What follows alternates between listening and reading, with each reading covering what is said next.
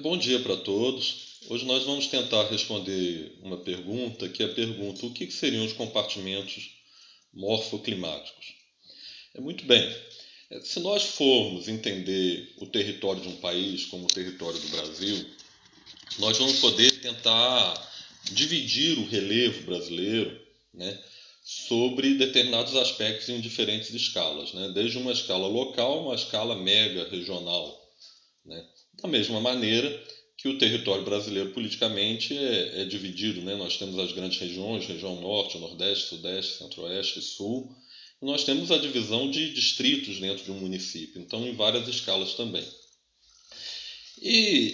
Essa divisão ela pode ser feita baseado na tectônica, baseado no clima, né? Ou baseado na vegetação, em diversos aspectos, né?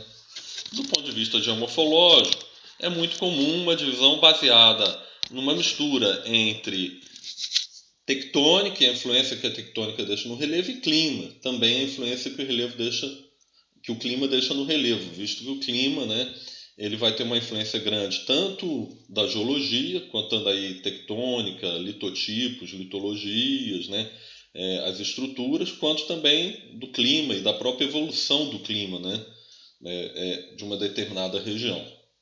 Bem, os domínios morfoclimáticos eles são muito conhecidos no Brasil, sobretudo graças ao trabalho do Absaber, né? E que, pesquisando o Brasil, percebeu que havia uma relação muito grande, né, muito clara, entre zonas climáticas, né, e características da superfície, do relevo, tipos de vertente, isso tudo. E aí você, com base nessa percepção de que havia determinadas áreas com uma conjunção muito clara de clima e relevo, isso em mega escala, né?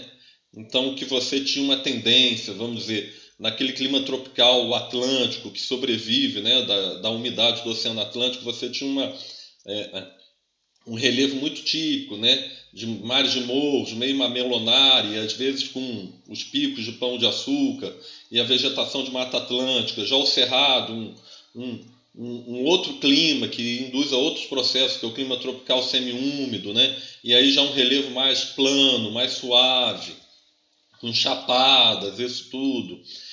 No sul, nos pampas, outras características. No semiárido, já uma predominância maior de superfícies aplainadas, isso tudo.